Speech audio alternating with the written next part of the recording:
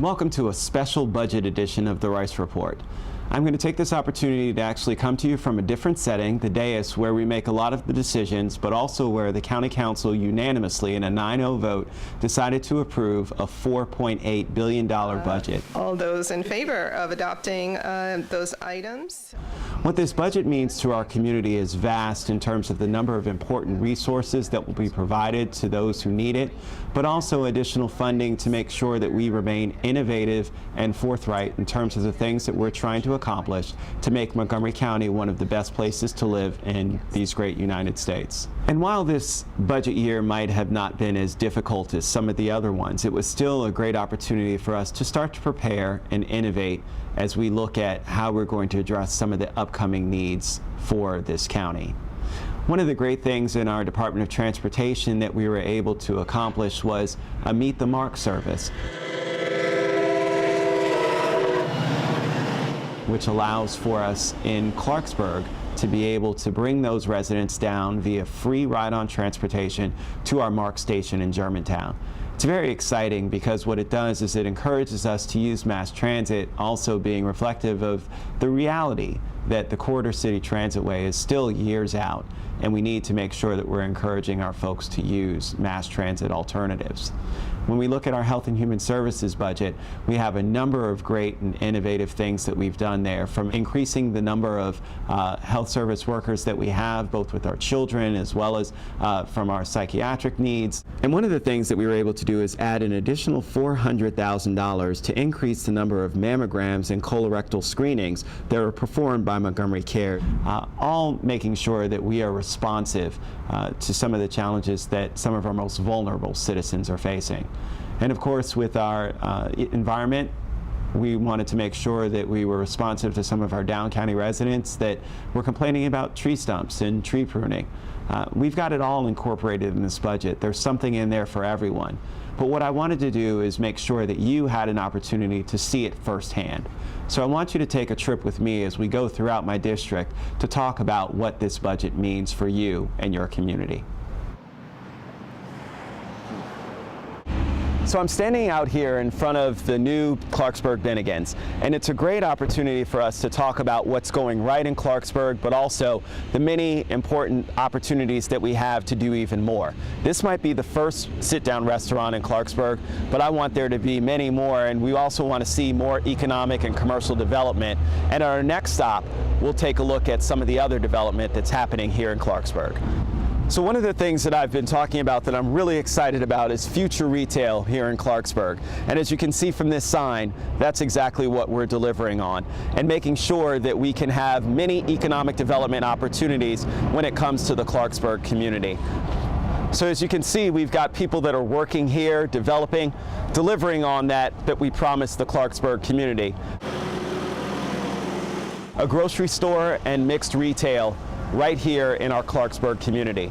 We're going to continue to hope that we build on this and allow for many other opportunities to have great establishments just like this Village Center, ones that represent places to shop, eat, people to get together, and also, most importantly, jobs. So when projects like this, it means a lot, I'm sure. Oh, it helps. Big help, yeah. Excellent.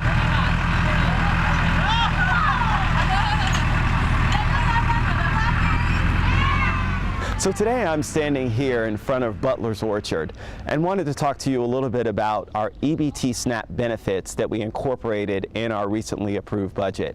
And what this does is allows for some of our lower income residents to be able to buy groceries and locally grown produce at our grocery markets. But one of the other things is that it also allows them to utilize our farm markets, one of the things that of course is grown in our agricultural reserve right here in Clarksburg and Germantown. Part of the challenge is that we have not been able to make it affordable nor viable for many of those folks to be able to utilize this program at some of these venues. And this is a large one, but imagine our smaller farms that are struggling to make a living. So I wanted to make sure that we were able to incorporate our EBT SNAP benefits with all of our farmers markets, because it's going to be really important for them to utilize our locally grown food and also support all of our farmers markets in our agricultural reserve.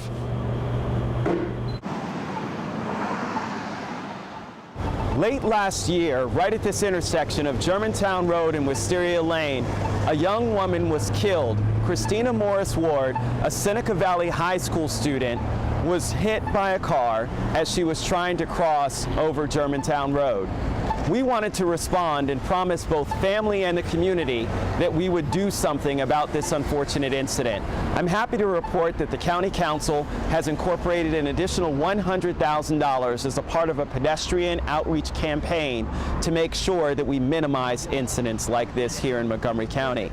With the support of the county executive from his initial comments about how important this was, to the County Council and adding this additional funding that's extremely necessary to make sure that we're educating our children and drivers to make sure that they look out for each other.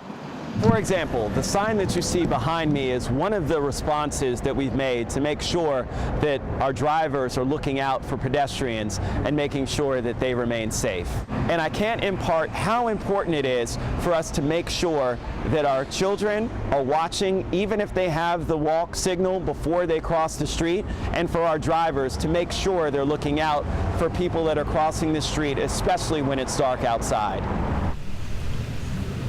Standing here in front of Seneca Valley High School, and wanted to talk to you a little bit about our education budget. We were fortunate enough to fund our school system at the maintenance of effort level, which allowed for them to do a number of different things, including give additional resources to teachers, as well as increase the number of guidance counselors and paraeducators, all things that our community said were extremely important to our school system.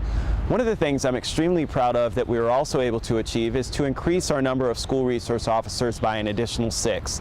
That would mean that schools like Seneca Valley behind me would actually get their own school resource officer, which means that better relationships between that officer and those students can stave off a number of the unfortunate incidents that you time to time hear about in our news media. And so I'm really, really excited about the progress that we've made. But of course, one of the things that you have heard about is our achievement gap. And so in working to fix our achievement gap, a number of different innovative resources have come about, one of which is our ACES program. And the ACES program works in conjunction with MCPS and Montgomery College to help students, as far as the remediation effort goes, to make sure that there's a smooth transition between any of the subjects that they might not have been strong in and their transition to Montgomery College and acquiring their 2-year degree. I think as we continue to innovate in our school system and make sure that we're being supportive of that as a council and as a county, we can continue to make strides in ensuring that we are eliminating our achievement gap. So I'm standing outside of Rockville Memorial Library to talk to you about our library budget. It's phenomenal what we've been able to do over the past couple of years, being that we've had a really difficult time in funding our libraries. This year represented a 10.5% increase in our library budget. And in addition, the council added an additional $100,000 for our ebooks, something that's very new and innovative when it comes to making sure that for our new generation, that they can utilize a new form of technology to still incorporate all of the great knowledge that's behind me in our library system. And so it's an exciting time as the council lead for libraries to see us starting to build back up our libraries, and I hope we continue to do so in the many years to come. I always encourage you to reach out to us, whether it's via email. You can reach us at councilmember.rice@montgomerycountymd.gov. You can also call us at 240-777-7955, or you can reach us on Twitter. My handle is Rice Politics, or Facebook, Councilmember Craig Rice. Either way, we'll be sure that we get back to you, but also want to make sure that your voice is heard. Again, thanks so much for tuning in to another edition of the Rice Report, and God bless.